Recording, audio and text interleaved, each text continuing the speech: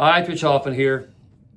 So when this book, Melania, came out, I think it was October of 2024, right before the election. I grabbed it. I couldn't wait to read it. I had an advanced copy, and I read it immediately. Not because I'm obsessed with Melania or anything, but I thought it'd be interesting because I've often thought that Melania it's been a good marriage for Trump. Without her, I think he'd be a different kind of person.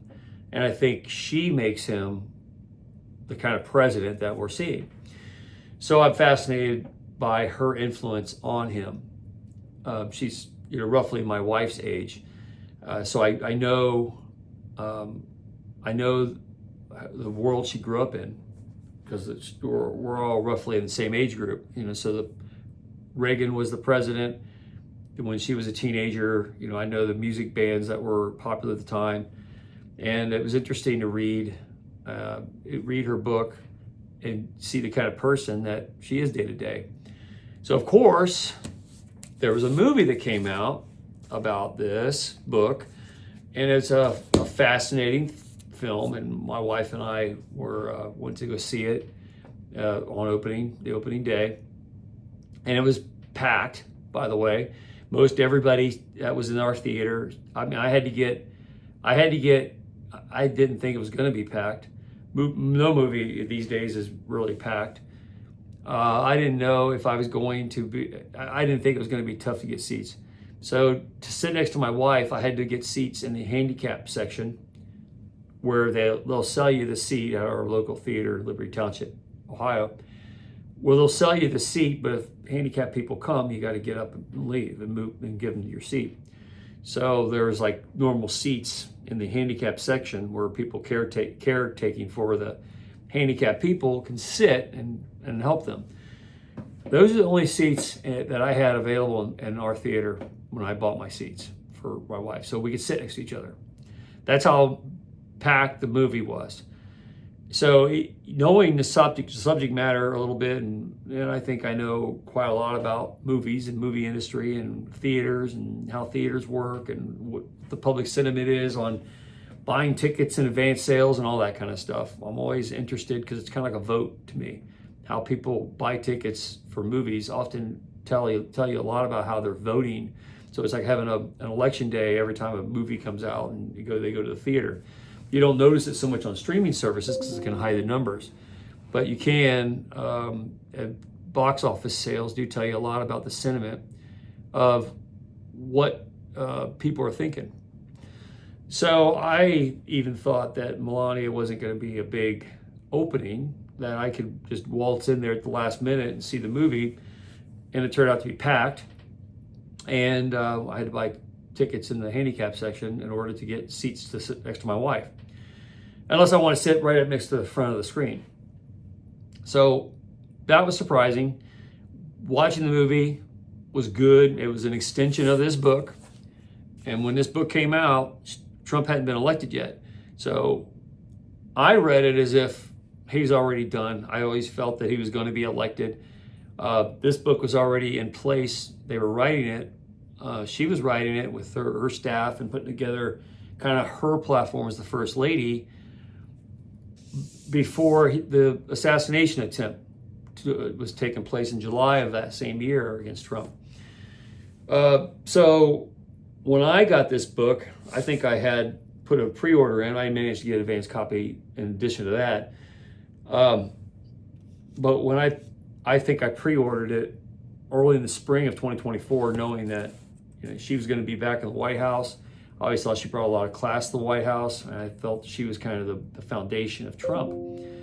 So at no point in 2024 did I think Trump was not going to be elected. I thought this is before the assassination attempt against him. I felt that there was just absolutely no way the left was going to win any election. Because I've always said, if you could contain the election fraud, the Democrats do not outnumber conservatives in the United States. And I know that from traveling all over the United States from coast to coast. and seen people during the Biden years out between the cities. And when you get out and you see people and talk to people out in their natural habitats, no matter where it's at, they're not voting for Biden. They're voting for Trump or someone like a Trump.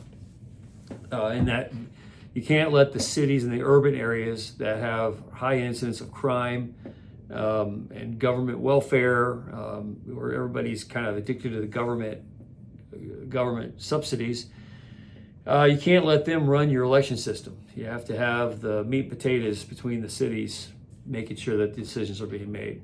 So, but with all that said, there was no point. When I read that book, I was like, I can't wait till she's back in the White House. Can't wait to see her set up for Christmas decorations. I like her Be Best campaigns. I think she's just a great, good, she was a fashion model, so she brings that same attitude to being a first lady, and that's exactly what the executive branch needs. And I personally think she's a good person. I've met her a few times in real life, and she's she's just a nice, neat person. So I was very interested in the movie version of that book. So now it's a year after the election, where this came out a month before the election. And at the time, you didn't know if he's going to win. You didn't know if there's going to be another election fraud incident and that he would maybe not make it and she wouldn't make it. But the whole time I was reading her book, I thought, wow, she's just classy, good person. This is a great behind the scenes look, a different perspective. It's not Trump-centric, it's her-centric. It's how she works with him, what her relationship is with him. And so seeing that in a movie was fascinating. It was a fascinating movie. Really well done. I would say it's better than the average movie like it. Well shot. Really gives you a behind the scenes look, what's going on in Mar-a-Lago, at Trump Tower, and then of course in the White House. And the inauguration day, it's reliving the inauguration day from behind what you saw from the perspective of the public. It was really well done. And if you're a fan of Trump, of course, you're going to love it. I would be a fan, if Obama or Biden or some other person I didn't care for at all did a documentary like this, I would go see it. I'd watch it because I'm curious about the characters that are involved. But here's I think the takeaway. And if you're thinking about going to see it, go see it. She's wonderful. She really does give you a good sense of this point in history and what it means, where it's headed. Trump was great in it. He was great at not trying to overshadow her, but paying a lot of respect to her. And you definitely get an idea, and it just solidifies my thought that the key to him being president is her. You could marry a lot of wives, you could have a lot of girlfriends, you could have a lot of people in your life, and it doesn't mean that you're going to be get the right elements together so that you can be the president of the United States with his personality type. I think she grounds him in just the right way, and it's the magic touch. And you get a bigger sense of that when you see her presented. Her book certainly showed that, but her brand shown on camera the way it was really good. So in the showing I was at, everybody stayed to the end of the credits, and I'm usually the last person to always leave a theater. Any movie we go see, because I always like to see who shot the thing, all the credits, everybody involved, where it was shot. I pay attention to all that stuff. So even if it's a movie I don't care too much for, I stay to the end of the credits. So I stayed to the end of the credits on this one just to see, all the different things that were involved in the making of the movie. Who were the producers? All the financial backers. Anybody that's listed up there has some part of the movie. And this is a deal it's ironic because Jeff Bezos, Amazon, is involved in this thing, and it'll be streaming on Amazon soon. Probably next weekend. Probably won't make it too many weekends.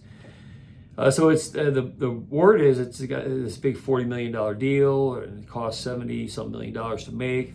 If you add marketing and everything into it, and Jeff Bezos all of a sudden is on the Trump side. Why is that happening? That's weird, because he bought the Washington Post to be essentially be a blog against Trump in the first term. So what's going on? Why all the billionaire blokes jumping on the bandwagon, and why is Bezos giving Melania this huge deal to make a documentary? And like she says, it's not really a documentary. It's information and entertainment, I think she termed it that way. It's a creative information entertainment enterprise. It's like a painting. You put up a character who's at the center of all these big events and let people sit with her for a period of time as if they were just in the room observing her, and get to know her from a very personal, behind the door view of things. And for that, by itself, no matter what your politics, it's a work of art that has great merit in our current society. And it's very justifiable in what it's doing, what it's trying to do. And I think it was successfully done. Now, the money part of it, is it going to do $40 million in sales or $70 million in sales? I don't think I'd do that at the theater. I wouldn't call it a documentary. I'd call it, I think there's enough Trump voters to go out there and make it be that successful. But it's not that kind of movie, especially in a setting where streaming services, everybody knows it's going to be on Amazon Prime in a week or two, right after it gets released. And that kind of takes the steam out of the sales for people to go to the theater and see it. But people who really wanted to see it and didn't want to wait and wanted to support the project, like me, went to see it the earliest possible moment they could see it. And a lot of people did show up to go. So I think it's going to do pretty good. What is interesting, and I had to lead up to this whole thing. So when you talk about being, and she brought it up, and she talks about, and I think she's just I don't think she's I think she's an opinionated person. I don't think she's a highly political person. I think she talked to anybody. She comes from the fashion world, and she had a communist background. She left, grew up in. So fashion world was a capitalist enterprise to get out of that lifestyle, and she met the ultimate capitalist in Donald Trump. But she's not a person that jumps out as a person you just dislike, that's politically radical. So this hatred of her that came out when this movie was released, the way the left piled on this thing was really aggressive. And it says a lot. So when she says she wants to have a Be Best initiative, and that we should find a way to bridge people together. She wanted to emphasize that she helped in President Trump's speech, helped shape him to present himself in the second term as someone who can bring people together more, be a arbiter of peace. Well, you can't bring people together when they want to destroy you. So that's a naive assumption, and I think she's wonderfully naive about that. That's not a knock on her. But when you and this is something something she chose. She has chose to live in her Melania bubble that is funded by the protection of a billionaire who you don't have to worry about income. You don't have to go out and take your kid to daycare. She was able to raise her son, be very involved as a housewife. She has businesses, she has things she's done, but she was first and foremost the mother of her son, Barron. And then a wife and a daughter. Those are the things that she put as priorities, not as a career social climber, not as somebody who can do interviews on Fox News or MSNBC and had a social cadence of her own. She stayed in the background. She stayed as a private person. And only now she letting that out because a second term essentially gives her a platform to do a lot of things that I think she cares about, and to help kids and help people who aren't quite getting it in life, help them find upper mobility. And she wants to use her platform, her name, the name Melania, to do that. But she's chose to live in a billionaire bubble and the top of Trump Tower, in a golden tower, kind of isolated from the world. And when she wants to turn off the negativity, she turns the TV off. She doesn't go interact with it too much. She keeps herself remote. And that's given her a pure outlook that was very obvious in the movie. She lives in the world Melania, not in the world of other people's reality, which can be good, because that means then if you have a good reality that you made for yourself, that can cascade and help other people rise up. It's the power of positive thinking. And that's been made possible because of her marriage to Donald Trump. And then I think with Donald Trump, she's so otherworldly as far as being detached from the rest of the world that it gives him a grounding, and it pulls him out of being obsessed with all the media cycles that's out there. And that's probably helped him tremendously. So that's how they ended up as the first couple. And I think you see it when you see the movie and you read her book. The hatred, though, of it, hatred of her because she's a beautiful woman, because she's turned away the mechanisms of society. She raised her kid as a housewife. I can tell you, housewives I've known, my mom was one of them. When the radical feminists were trying to put peer pressure on people, it was vicious how they treat women who decide to stay home with their children, because they wanted to push all the moms out to work and get everybody in the workplace and have us equality in the workplace, equal pay, and all these value systems. And when you have somebody who's absolutely beautiful, as Melania is, someone who stayed home and raised her child, stayed off the grid as much as possible, and she might have done a jury line here or there, or done some her initiatives attached to the Trump organization. Even before that, she was a successful model. But when it came time to be a mother, she stayed home with her kid. And she doesn't have to worry about making money. And she lives in a golden tower. She's really the Barbie doll dream every young girl has. And has a lot of those illusions have broken for a lot of people. And they made serious mistakes through their hopeful girl school years. And they become adolescents that get compromised, and by the time they're 20, they made a lot of mistakes they regret, and they can never go back and take them back, and that makes them a certain kind of bitter mother. The hatred that progressive liberalism had towards Melania at the opening of this movie was really astonishing. And the way that people would take screenshots of on Thursday before the movie opened, this isn't some Marvel movie or Disney, animation film that opens on Thursday for actual Friday release, and you take ticket sales from Thursday night and then try to get an idea what the weekend's going to look like. They had like a couple premieres on Thursday night, and then the movie pretty much opened everywhere on Friday.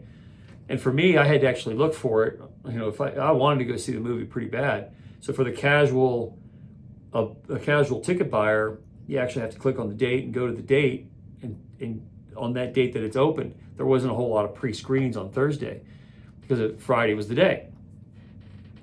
So there were people taking screenshots of empty theaters because no one had bought tickets yet on Thursday, as if to propel or hold down the ticket sales and discourage people from going to buy the ticket for the movie. It's another peer pressure campaign, just like the radical feminist mothers try to peer pressure moms who stay home with their children, or people who marry billionaires so they don't have to work.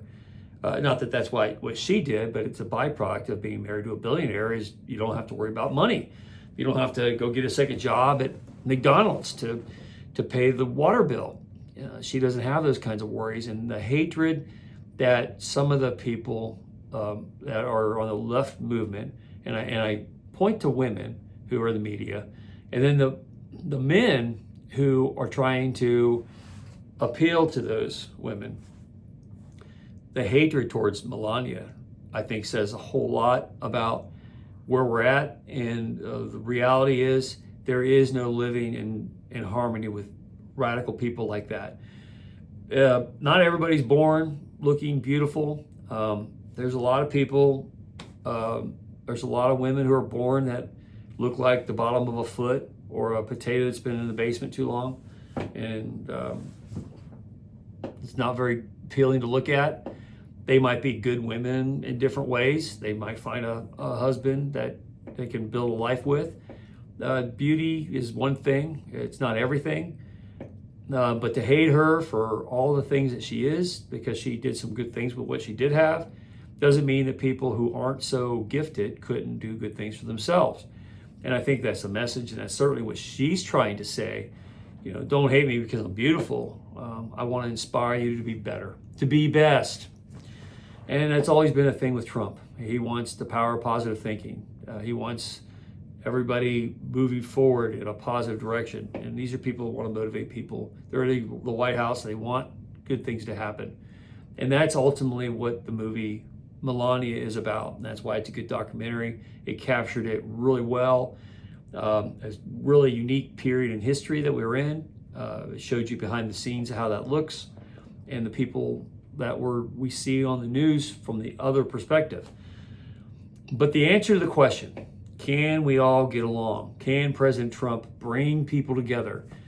Well, that's a two-way street. You can't do all the work. And most of the time, Republicans have done all the work of trying to bring the nation together. They've reached across the aisle, including movies like this one. I watch everything. I read everything from everybody. We've given them plenty of time. We've watched their late night talk shows. We watched Oprah, the daytime show. We've given them a seat at our tables, and even though we're conservatives, out in the flyover states, we've put money in liberals' pockets because we wanted to breach the walls that often are there. The division of the country is not because of conservatives. The division of the country is because radical Marxists have inspired people who have made lots of mistakes to find the only way to suppress those mistakes and live their lives is to have the power of government hide them from the fate and destiny of the bad decisions they've made.